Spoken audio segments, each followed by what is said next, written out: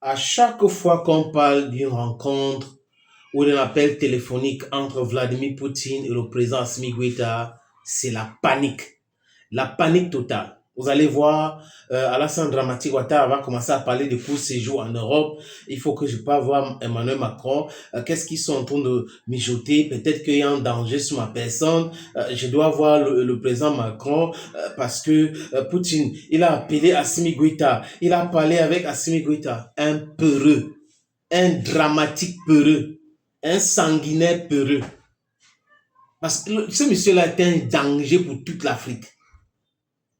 Ce monsieur-là, il ne connaît pas la vérité. Il ment jusqu'à... Il ment, ça sent mal. C'est comme le genre de paix là. Regardez cette image.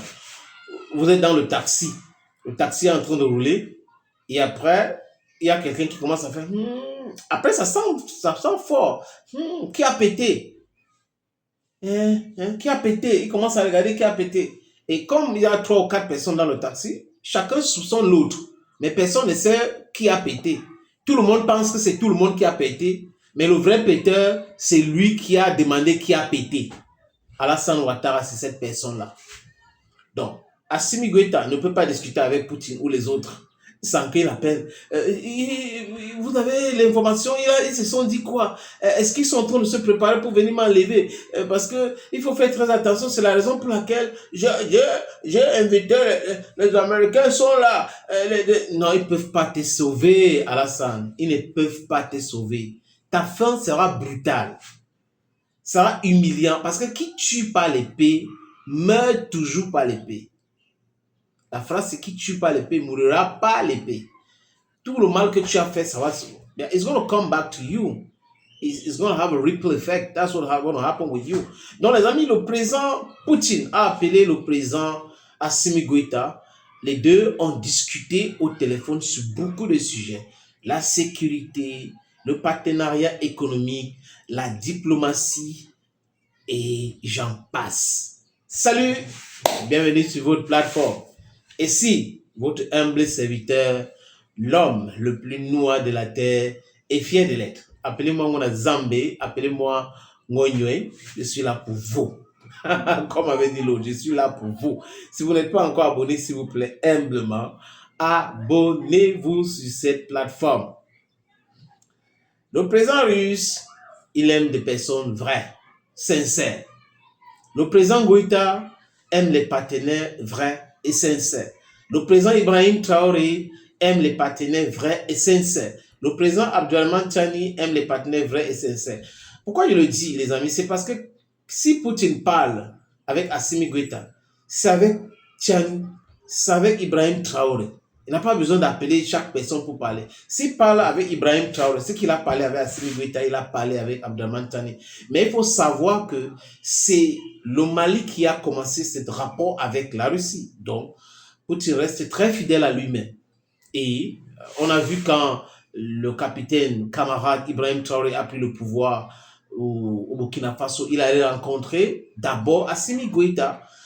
Quand Abdourahmane Tchani a pris le pouvoir, il a envoyé une délégation au Burkina Faso et après au Mali, et ils ont noué une très bonne relation avec la Russie. Donc, le président Poutine, au téléphone avec Assimi Goïta, ont parlé de quoi? Ils ont parlé de l'attaque du 25 avril. Ils ont parlé de la mort de Sadio Kamara. Vous savez que la Russie, à travers son renseignement militaire extérieur, avait alerté que la France est en train de se préparer pour assassiner les dirigeants des pays souverainistes.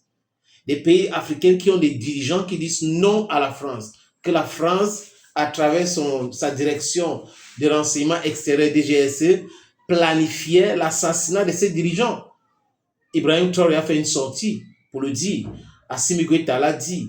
Abdourahmane Tchani l'a dit. Nous avons dénoncé et ça a aidé à détruire le plan de la France.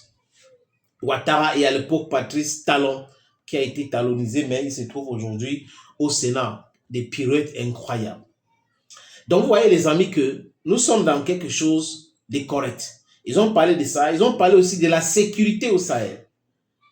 Le terrorisme au Sahel.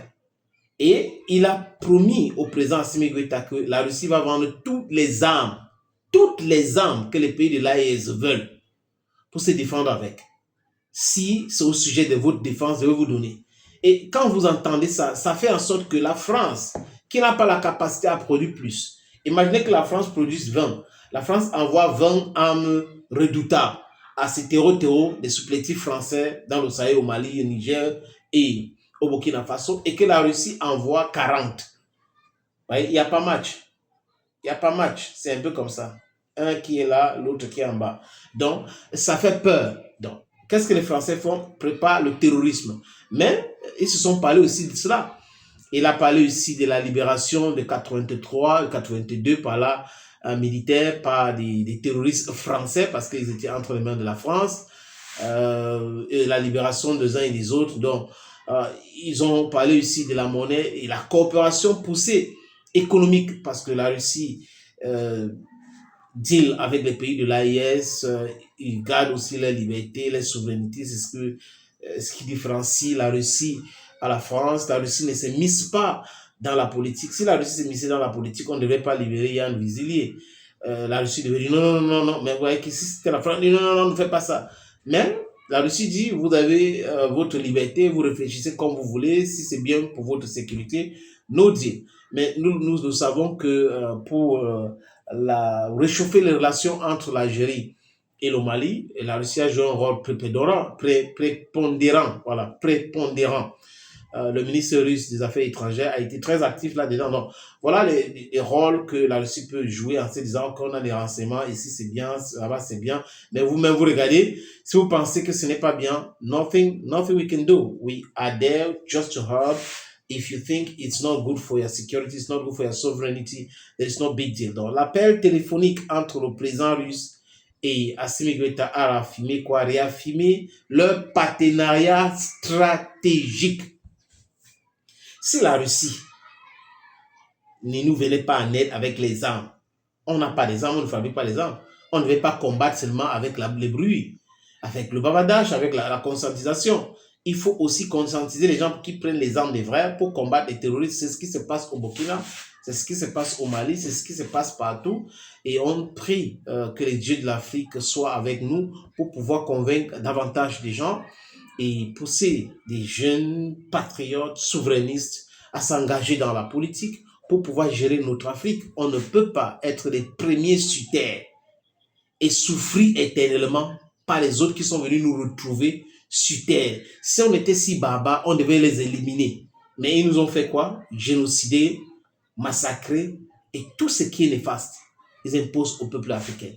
Viva Poutine, viva la Russie, viva le Mali, viva l'AIS, viva Assimi Goïta, viva Ibrahim Traoré, viva Abdurrahman Tiani.